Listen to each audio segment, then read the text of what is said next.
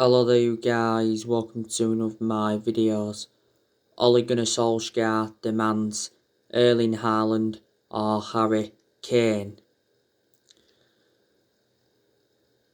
Now, Man United will make Erling Halland their number one transfer target, but we may be forced to wait until next year to get Erling Halland. Next year, Erling Halland will be available for around £65 million because that's when his release clause becomes active. Now, it does mention that we are prepared to pay £130 million for Haaland. Dortmund are demanding £130 million. Ole Gunnar Solskjaer has already warned Manchester United over the Erling Haaland transfer. Erling Haaland will leave Borussia Dortmund if Dortmund fail to qualify for the Champions League. A few weeks ago, it said that Manchester United were relying on Ole Gunnar Solskjaer's close bond with Haaland to secure the signing of the player. Borussia Dortmund's sporting director Michael Zorg said the other week that he's adamant that Erling Haaland will be at Borussia Dortmund next season. He said as well earlier on this season that Mino Raiola wants to make Erling Haaland the first £1 million a week player. Now, earlier on this season, it said that Haaland to Manchester United was off following Mino Raiola's roadshow. But the Athletic said that we are one of the clubs that can afford him. Earlier on this season, Mino Raiola and Erling Haaland's father, Alf-Inge Haaland, flew to England for talks with several Premier League clubs. They also held talks with Barcelona and Real Madrid. But it said that we declined to meet Mino Raiola over discussing a possible deal for Haaland. Now, the main explanations I take him at Manchester United is because he knows Ole Gunnar Solskjaer well. Solskjaer gave Erling Haaland his debut at just the age of 16 at Molde, so it'd be good to see Solskjaer reunite with the player.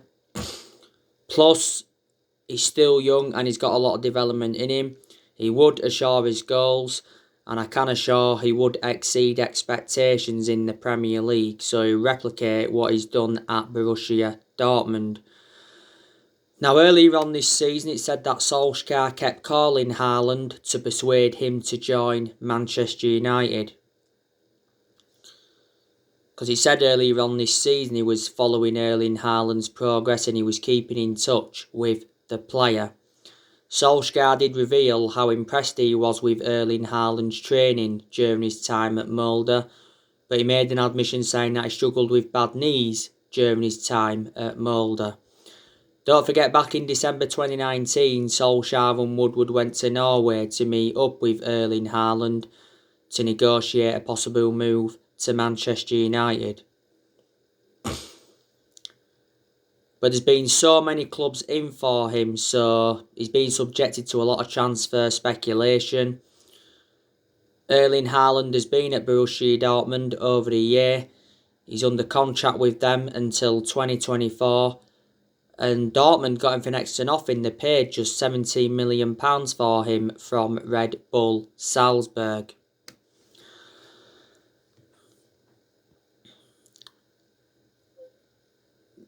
Now, Harry Kane has come out and said that he wants to win team trophies after Tottenham's Carabao Cup final defeat to Manchester City. Harry Kane has confirmed that he wants to leave Tottenham. He said earlier on this season that he wants to leave Tottenham if Tottenham fail to qualify for the Champions League. Now, earlier on this season, he said that Harry Kane wants to stay in the Premier League if he decides to leave Tottenham, because it said that PSG were looking to be us and City to the signing of Harry Kane. Harry Kane dealt Tottenham a major blow earlier on this season. He refused to commit his future to Tottenham, and it said he's delaying his transfer decision until after the Euros. David Einstein spoken about Harry Kane not so long ago, and he said he spoke to people in football. He said Harry Kane, he's unhappy at Tottenham and he wants to leave. He said he's committed to Tottenham whilst he's there, but he wants to win the biggest trophies, and obviously he's not experiencing this at Tottenham. We'll have to make an offer of at least £120 million to convince Tottenham to offload him. Kane has won the Golden Boot a couple of times. He's been at Tottenham around 17 years now, so he's been a very long-serving player. He's been in their senior squad since 2009. He's under contract with Tottenham until 2024. In 2018, he signed a 6-year contract with Tottenham. But Harry Kane is regarded as one of the best strikers in the world because obviously he's a prolific goal scorer. And his link-up play is quite good, and of course he's well proven in the Premier League. He's had loan spells before, obviously with Leyton Orient, Millwall, Norwich and Leicester. But Harry Kane's been on our agenda now for quite some time. You know, don't forget we have done business with Tottenham before. Don't forget we got Dimitar Berbatov off them a long time ago. And we also got Michael Carrick off them. Tottenham will really, really struggle without Harry Kane. They're struggling as it is. You know, not so long ago they sacked Jose Mourinho. So, who would you pick? Erling Halland or Harry Kane? I think it's really, really hard to call. Anyway, I want to delve into some more news regarding Ed Woodward. So, it's here in Sky Sports. It's the main headline. It says, Ed Woodward, home of Manchester United Executive Vice Chairman, attacked by protesters. Then underneath that it says, protesters attacked the home of Manchester United Executive Vice Chairman Ed Woodward last Thursday as they voiced their opposition to the club's plans to join a European Super League. Cheshire Police have told Sky Sports News they were not alerted to the incident. So I'll read some of it out to you anyway. So yeah, a number of demonstrators targeted Woodward's house in Cheshire last Thursday to show their anger at the club's involvement in the failed European Super League. The group caused damage to the gates at the front of the drive before leaving with no one at home at the time. Cheshire Police have told Sky Sports News they weren't alerted to the incident. And then earlier that day, a separate group of around 20 fans carrying banners broke into United's training ground to protest against the Glazer family's ownership. Manchester United have since increased security at their Carrington base. Woodward, who joined United in 2005, has been in his current role since 2012, will step down at the end of 2021, the club announced last Tuesday.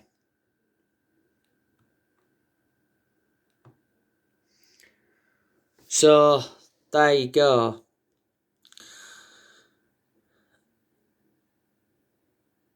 It happened to Ed Woodward's mansion in January last year. I think it was after that 2-0 home defeat to Burnley. Yes, it got announced last week that Ed Woodward resigned as Manchester United Vice Chairman, and yes, he will stand down at the end of the year. Ed Woodward has had a 16-year association with Manchester United. I presume all United fans were delighted with the news regarding Ed Woodward, because we've been critical of Ed Woodward for a very long time. Obviously, main explanations is because Woodward hasn't backed any of the managers that we've had since Ferguson retired. Our recruitment has been poor and we've overpaid for players in recent years. Now, Ed Woodward will get to choose Manchester United's next chief executive. He recently said that there was 5 candidates that Manchester United could look at to replace Ed Woodward, and Edwin van der Sar is the favourite to replace Ed Woodward. If we recommended Edwin van der Sar in, I think it would be the right decision by Manchester United, because Edwin van der Sar knows the club through thick and thin, and plus he's got that experience. He's currently the CEO at Ajax at the moment. You've got to credit him for the work that he's done at Ajax. Don't forget Van der Sar was linked with a technical director's role at Manchester United. Woodward has stood by Solskjaer though.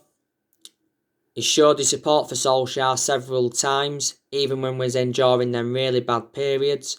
And he said earlier on this season he believes Solskjaer is the right man to lead the club forward. And Woodward released a statement earlier on this season saying that the progress by Solskjaer and the players this season is clear. So in that aspect, Woodward is backing him.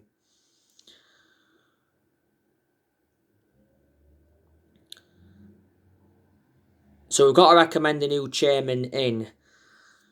Manchester United fans will protest against the Glazers before our game against Liverpool on Sunday. Our fans recently protested against the Glazer family outside Old Trafford. And our fans burnt the American flag. Not so long ago, our fans protested against the Glazers at Carrington. And our fans blocked entrances into the Carrington training ground. There was banners saying 51% MUFC 20 and Glazers out.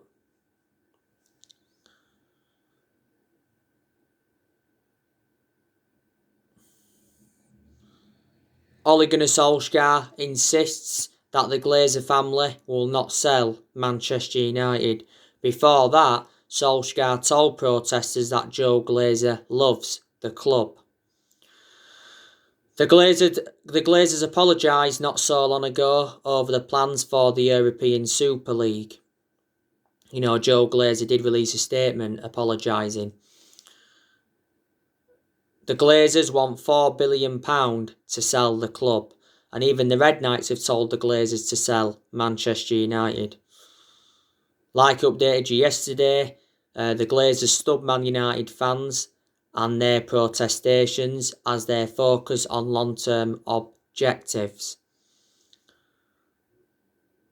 It'd be the right decision to get the Glazers out of the club, because I hate the way the club has been run now for a long time. We need to recommend new owners in. The Glazers have been with Man United like 16 years now. They've been with us since 2005.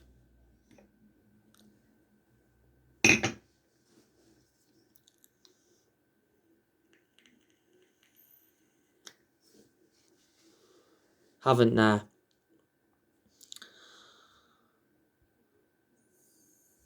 Now, this morning, I obviously give you the news on Dominic Calvert-Lewin from Everton. Stretty News recently said that Man United recently put a bid in for Dominic Calvert-Lewin. Everton want at least £80 million to let Dominic Calvert-Lewin go. We've inquired about his availability before. Now, he's been at Everton a few years. He's under contract with Everton until 2025.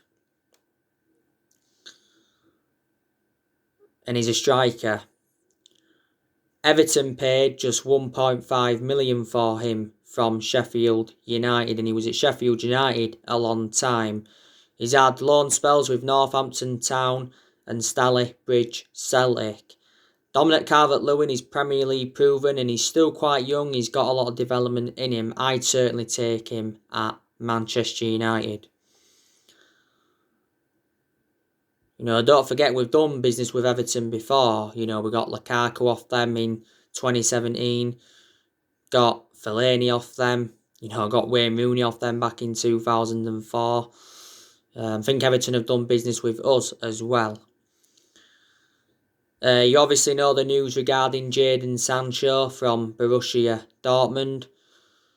We are confident that we can get Jadon Sancho on the cheap this summer. And we've had talks with Jadon Sancho's representatives over a potential move to Old Trafford. Borussia Dortmund are planning to sell Jadon Sancho, so they have a much better chance of keeping Erling Halland.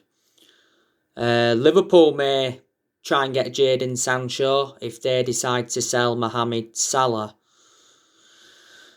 You already know the news on Ousmane Dembele from Barcelona, and I've already given you the news regarding Raphael Varane. So yeah, there's a lot of players that Man United are looking at, and I've already identified the areas in the squad where Manchester United need to strengthen up. I reckon we need a striker, we need a right winger, we need a defensive midfielder, and we also need a centre-half. In the summer transfer window, I'm expecting us to make around 3 or 4 signings, maybe even 5 signings. The summer transfer window will be Ole Gunnar Solskjaer's 5th transfer window as permanent Manchester United manager. Solskjaer wants good backing, and you know what?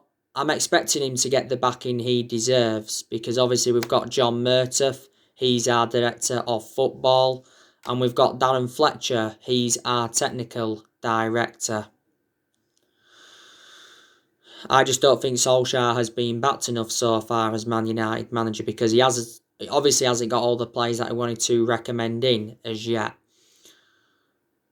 I'm expecting Man United to spend big in the summer transfer window, but Solskjaer did mention earlier on this season that he wants to keep transfer dealings quiet.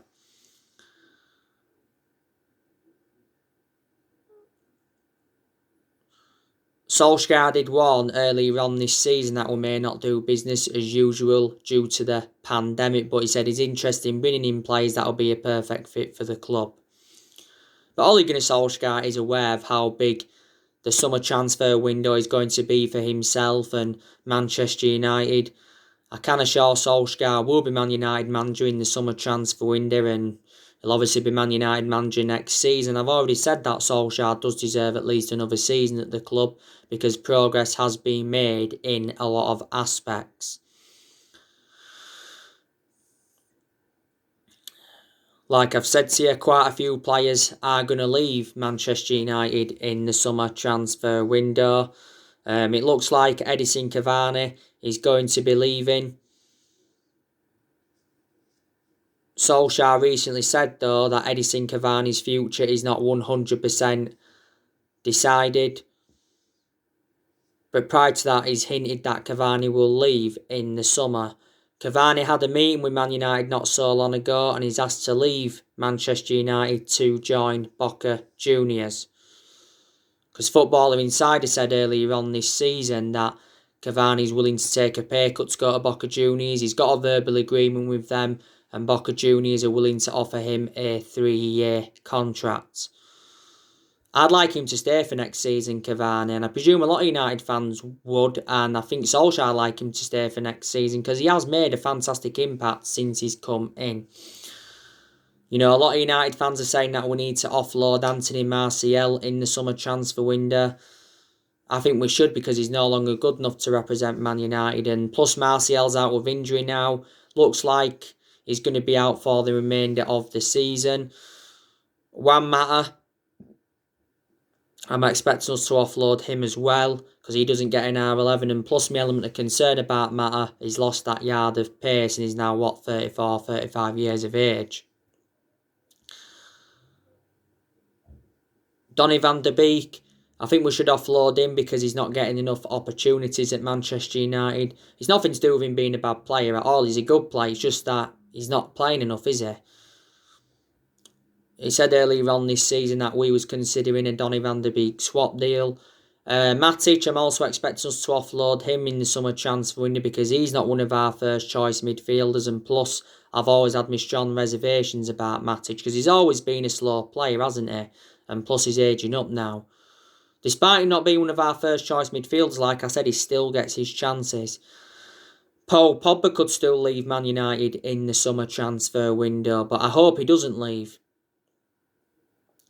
I want Paul Pogba to stay potentially past the summer because he brings creativity to the team and we've been getting the best out of him in recent months. Paul Pogba's very effective in an advanced role. I think he's better in an advanced role than he is in a deeper role. Phil Jones, I think we should offload him because he's always been inconsistent and plus he doesn't get in our 11 and he's been out of injury for about 13, 14 months now, is it? You know, he's the only outfield player that's still here from the Ferguson era.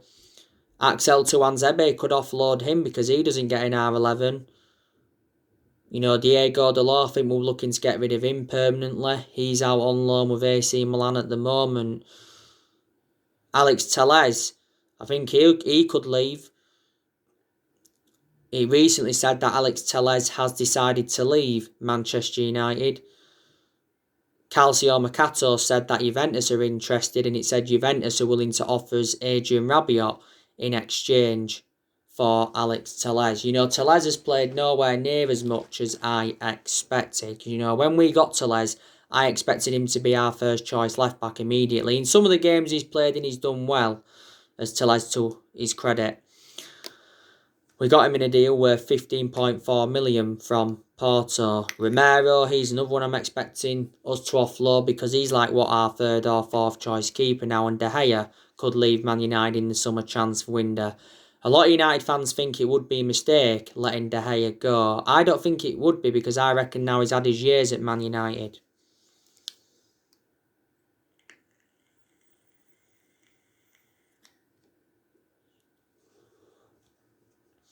But there's a lot of players that will stay at Man United in the summer transfer window, and I reckon there's quite a few players that have got long-term futures at the club. So Dean Henderson, I kind of sure he'll stay. I think he's a long-term future for Manchester United. Dean Henderson has done well in a lot of the games he's been in goal in this season. You know, he's kept a lot of clean sheets, he's made good saves, his distribution's been good, and he's also made good aerial claims. He weren't so good though against Burnley the other week. He looked very shaky when he was off his line.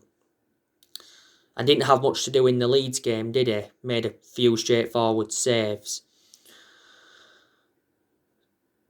I reckon Dean Henderson's our number one now, and if he is, it's the right decision by the club because I said he's reliable enough to become our number one because he's got that experience behind him. You know, he endured 2 successful loans with Sheffield. He's also had other loan spells before. Don't forget, before the start of this season, he signed a 6-year contract with Man United, so reflecting on that, he committed his future to the club. Luke Shaw, he'll also stay at Man United. He's been our best player this season. You know, he's showed good attacking intent. He's got into very good positions. He's put very good crosses into the box. He's created chances for his teammates. He's provided width, and defensively, Shaw's been superb. He's had a good career at Man United despite the injuries he's had. He's been at the club over 6 years now. Now, Man United are set to offer Luke Shaw a new 5-year contract worth around £180,000 a week. So we're set to give him like a £30,000 pay rise. Luke Shaw has just over 2 years left, I think, on his current contract. Shaw still remains our first choice left back, doesn't he, despite the arrival of Alex Telles. Eric Bailly, we know now that he's staying. Not so long ago, it confirmed that Eric Bailly signed a new contract at Manchester United until 2024. There's an option of a further year. Eric Bailly had like just a year left on his previous contract before he signed this new one. I think Bailly has signed this new contract because he believes he's going to get his way back into the team because he said, didn't he, wants assurances over his playing time before he decides whether he's going to sign the new contract or not. Bailly had COVID not so long ago and he's injury prone, but that's my only element of concern about Eric Bailly. He's a very, very good centre-half. You know, he can intercept the ball well. He shows the ability to play out from the back. He's effective in the air. You know, we got by from Villarreal back in 2016 for 30 million. It was the first signing we made under Mourinho. Bailly has been at the club now quite a few years. Victor Lindelof will also keep him potentially past the summer, but I don't think he's going to be with us long term. He's done well recently, Lindelof, to be fair. But I do have my strong reservations about him. I certainly prefer Bailly ahead of Lindelof. But Lindelof's been with us since 2017. We got him in a deal worth 31 million from Benfica. Harry Maguire, I think he'll also stay. I'm not too sure though about long term. Harry Maguire has enjoyed some good games at Man United, but he's also enjoyed poor games as well. I'm kind of sure he wasn't worth the £80 million we got him for, so he's the most expensive centre-half in the world at the moment and the second most expensive sign at the club, just behind Paul Pogba. Harry Maguire has been with us now almost 2 years. And Wan-Bissaka, I'm kind of sure he'll stay. I think he's the long-term future for Manchester United. He's enjoyed a lot of good games at Man United. Defensively, Wan-Bissaka is superb. And he can put good crosses into the box and he can get in good positions, but Wan-Bissaka needs to show more attacking intent. He really needs to. In some games this season, he's got forward well, but he's got to get forward persistently. This has been Wan-Bissaka's second full season at the club. We got him in a deal worth 50 million from Crystal Palace in the summer of 2019. Fred, I think he'll also stay potentially past the summer. Probably not long term though. I have my concerns about Fred because, let's be honest, he's not a world-class player and I don't think he's going to emulate to that level where we want him to be at. But he has enjoyed some good games and poor games as well. We overpaid for Fred. We got him in a deal worth £52 million from Shakhtar Donetsk. During his time in Ukraine though, he was a world-class player. Scott McTominay, he'll also stay. I don't know about long term. He's already been with us a while as it is. McTominay's a decent player. And he's still young. He's got a lot of development in him. And just after the first lockdown last year, he signed a 5-year contract with Man United. Bruno Fernandes, he'll obviously stay. Bruno Fernandes is our best player. And he's the best signing we have made since the Sir Alex Ferguson era. Bruno Fernandes has said he will sign a new contract and he'll stay at Man United, but only if Paul Pogba does. So Paul Pogba's key to Bruno Fernandes signing this new contract because earlier on this season, he says Bruno Fernandes was refusing to sign a new contract until he had assurances over the club's transfer plans. Fernandes' current contract expires in 2025. There's an option to extend for a further 12 months. We initially paid £47 million for him, but the overall cost with add-ons is just over £67 million. And Fernandes has been at the club now over a year. He's been very consistent in a lot of games for Man United, but there's also been quite a few games where he has looked off the pace. To be honest with you, we have overplayed him, and I said at some point he needs a rest. Fernandes has won Player of the Month quite a few times, reflecting on his good performances. And he predominantly plays in that number 10. Fernandes said he came to Manchester to win trophies. Mason Greenwood, he'll stay. I think he's a long term for Man United. Greenwood has been superb since he broke into our first team squad. Made his senior debut in 2019 and he's been a United player since the age of 7, so he's been with us a while. And earlier on this season, Greenwood signed a new 4-year contract. And Marcus Rashford, he'll also stay as well. Probably Daniel James will stay. He's actually got his way back into the team because he was out of our team for a while. So yeah, like I say, a lot of players will stay.